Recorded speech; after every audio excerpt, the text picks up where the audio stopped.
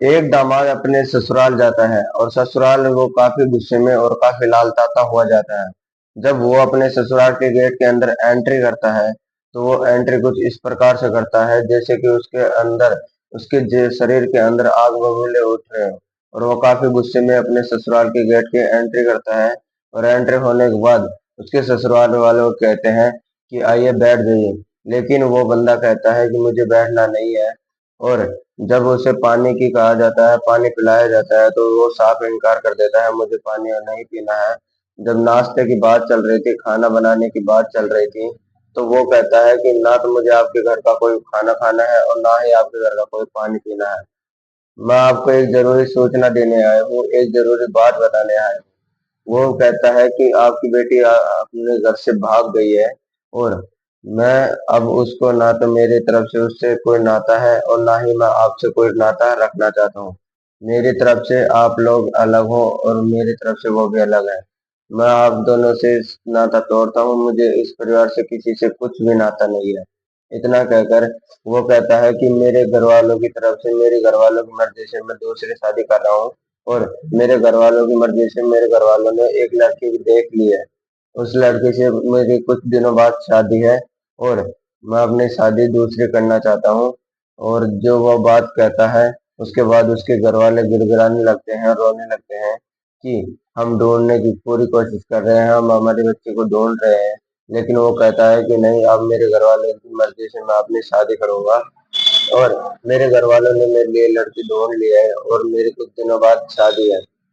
उसकी शादी धूमधाम से हो जाती है और शादी के कुछ दिनों बाद ही एक कत्ल होता है। और कत्ल इतने बेरहमी से होता है जिसकी सोच काफी ऊंची हो सकती है। जिस कत्ल के बारे में आज मैं आपको बता रहा हूँ, वो कत्ल एक सूटकेस के अंदर पैक कर दिया जाता है जिस व्यक्ति का कत्ल करके। और वो कत्ल काफी दिनों तक उसी सूटकेस के अंदर रहता है, करीबन करीबन 2 महीने तक।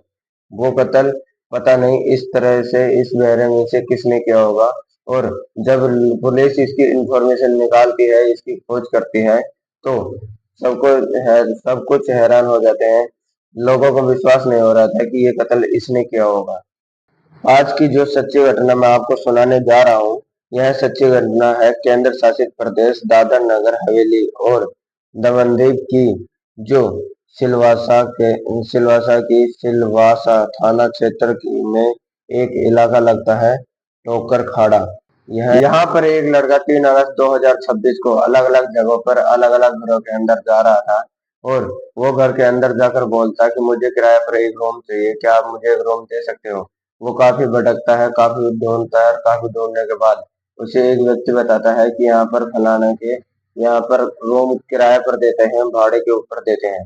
तुम वहां पर जाओ और उनके पास से रूम भाड़े पर ले सकते हो। तो वो उनके दरवाजे के ऊपर जाता है, उनका दरवाजा खटखटाता है। खटखटाने के बाद जैसे ही घर का मालिक या रूम का मालिक बाहर आता है, वो बोलता है कहिए मैं आपकी क्या मदद कर सकता हूँ। वो व्यक्ति कहता है मुझे यहाँ आपके एक रूम पर भाड़ा के ऊपर एक रूम चाहिए था, किराए के ऊपर एक रूम चाहिए था।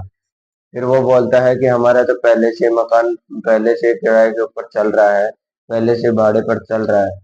उसके बाद उसकी पत्नी पीछे से आवाज लगाती है कि कोई आया है तो भाड़े के ऊपर दे दीजिए रूम। जब वो बोलता है कि अपना रूम तो अपने घर तो पहले भाड़े के ऊपर चल रहा है, हम इसे कौन सा रूम देंगे, कौन सा घर देंगे। वो कहती है, वो व्यक्ति अभी तक 2 महीने से ना तो उसका कोई फोन आ रहा है, ना वो फोन उठा रहा है, ना उसने अभी तक 2 महीने का किराया दिया है। और ना अभी वो यहाँ पर है, उसका क्या पता वो आएगा भी या नहीं आएगा। जो होगा वो देखा जाएगा, आप रूम में काम करिए, इनको दे दीजिए। जो होगा वो अपन सुलट लेंगे बाद में, जैसे भी होगा, या आता है या नहीं आता वो अपन। उसकी पत्नी बोलती है जाओ अभी इनको तो अपना रूम दिखाया हो, और यदि ताला लगा हुआ है तो ताला तोड़ दीजिएगा। जब वो उसकी पत्नी यह आदेश देती है तो वो अपनी पत्नी की बात टाल नहीं पाता और वो सीधा चला जाता है। उसका रूम एक होटल के पीछे टोकन खाड़ा के अंदर था, जो कि जब वो सीधा गुस्से में लाल ताता हुआ जाता है तो उसने जब ताला लगा हुआ देखा तो वो उस ताले को तोड़ देता है। और ताला तोड़ने के बाद जब वो गेट ओपन करता है तो गेट ओपन होने के बाद उसके रूम के अंदर से इतनी भयानक, इतनी बदबूदार, इतनी स्मेल आ रही थी, इतनी गंदी स्मेल आ रही थी जिसका कि अपन सूंघ भी नहीं सकते और ना ही वहां पर खड़े हो सकते। वो देखकर काफी टाइम तक वो मुंह छुपाए हुए साइड में खड़े हो गए। और जब वो किराएदार बोलने लगा, जो नया किराएदार रहने आया था, वो बोला, भाई साहब कोई दिक्कत तो ना है, कोई दिक्कत तो ना होगी मेरे ऊपर। तो उसके बाद जब ये बात रूम मालिक सुनता है तो वो कहता है, तब रूम मालिक कहता है कि मैं अलग अलग कोने के अंदर जाकर देखता हूँ। वो अपने कमरे के अलग अलग कोने में जाकर देखता है कि ये दुर्गंध कहाँ से आती है। वो अपने घर के अंदर चारों तरफ देखता है कि ये दुर्गंध कहाँ से आती है।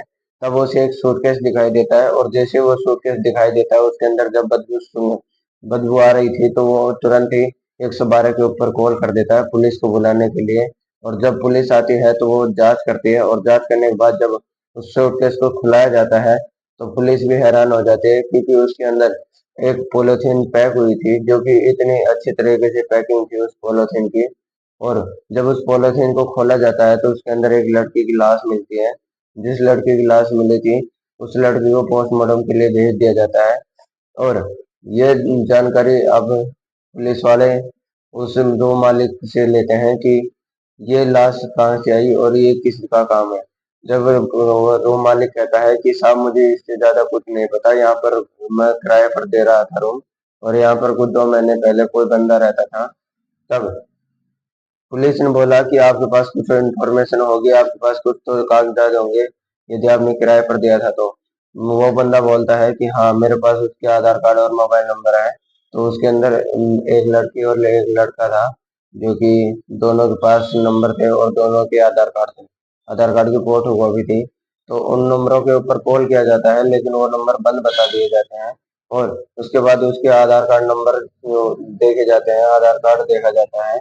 जब आधार कार्ड देखते हैं तो पुलिस वाले बताते हैं कि, उसके बाद पुलिस वाले कहते हैं कि एक लड़की है जिसकी उम्र लगभग 20 साल के आसपास है, और उसका नाम है छोटी कुमारी, जिसके पिता का नाम है मनीष कुमार उपाध्याय। गांव लगता है सूरी और थाना लगता है रोहा, जिला नवादा और प्रदेश बिहार। बिहार की लड़की रहने वाली होती है। साथ ही जब उसका लड़के के आधार कार्ड चेक किया जाता है तो वह भी बिहार की इसी गांव का रहने वाला है, जिस गांव की वो लड़की रहने वाली है। लड़की का नाम लड़के का नाम ऋषभ ऋषभ कुमार सिंह होता है। अब पुलिस ने उस व्यक्ति से सख्ती से बातचीत करना शुरू कर दिया, जो मकान मालिक होता है। उससे पूछा जा रहा था, बार बार पूछने के बाद चल रही थी कि साहब, मैंने इससे ज्यादा कुछ नहीं जानता, मैं इससे ज्यादा और कुछ नहीं बता सकता। अगर मैं कुछ जानता या कुछ छिपाने की कोशिश करता तो मैं आपको इसके बारे में इंफॉर्मेशन नहीं देता और ना ही आपके पास कॉल करता। पुलिस इस यह बात समझ जाती है। उसके बाद फिर पुलिस ने अपना काम शुरू कर दिया। और जब यह एड्रेस दिए हुए थे, उस एड्रेस पर पुलिस फोन करती है। सिलावासा से सीधा फोन पहुंचता है, लगभग 2077 किलोमीटर दूर बिहार के नवादा जिले में जो सूरी गांव लगता है, वहां पर मनीष के पास फोन पहुंचता है। और मनीष से कहा जाता है कि तुम्हारी बेटी कहाँ है। वह कहते हैं कि साहब, हमारी बेटी के बारे में कुछ अता पता नहीं चल रहा है। लगभग 2 महीने पहले उसने एक थाने में एफआईआर भी दर्ज कराई थी, लेकिन पुलिस उस लड़की को, हमारी बेटी को कहीं ढूंढ नहीं पाई अभी तक। तभी पुलिस ने उससे कहा कि एक काम करो, आप यहाँ पर आ जाओ। अब यह दादर नगर हवेली में जो सिलावासा लगता है, वहां पर पुलिस ने जैसे बताया पुलिस के बताए रास्ते पर आप इस लड़की के पिता हो या फिर उसका भाई हो या फिर चाचा, परिवार के अलग अलग कई सदस्य आ जाते हैं। और सदस्य आने के बाद फिर इस लड़की की करने की कोशिश करते हैं। शिनाख्त कर ली जाती है और वह सचमुच ही बेटी कुमारी ही निकलती है। पुलिस ने जब पोस्टमार्टम कराया, पोस्टमार्टम कराने के बाद यह पता चलता है कि गला घोटकर उसकी हत्या की गई है। लेकिन हत्या क्यों की गई है, इसकी इसने की किसने की है, इसके पीछे जो सवाल थे, अब पुलिस उन सवालों के जवाब जानने में जुट जाती है। लड़की के पिता से जब बातचीत की जा रही थी, तो उन्होंने कहा कि साहब 10 मई 2023 को उन्होंने अपनी बेटी की नवादा जिले में ही कथा नाम का एक थाना क्षेत्र है, वहां का गांव लगता है मंडे मंडे। यहाँ के रहने वाला एक लड़के के साथ शादी की थी। बेटी करीब 1 साल तक तो दामाद के साथ रहती है, लेकिन उसके बाद वहां से अचानक गायब हो जाती है। जब बेटी गायब होती है तो हम नजदीकी पुलिस स्टेशन जाते हैं। वहां जाने के बाद हमने अपनी बेटी की गुमशुदा की रिपोर्ट दर्ज कराते हैं, लेकिन फिर भी पुलिस ने इस मामले में कोई गंभीरता का काम नहीं लिया और न ही उसे ढूंढने की कोई कोशिश की। बेटी का कुछ अता पता नहीं चला, लेकिन उनको यह भी पता चल जाता है कि गांव की ही एक लड़का जिसका नाम ऋषभ कुमार सिंह होता है, दरअसल वह भी गांव से गायब था। तब हमने यह अंदाजा लगाया था कि हमारी बेटी शायद ऋषभ कुमार के साथ भाग गई होगी। अब पुलिस के रडार पर दो व्यक्ति होते हैं।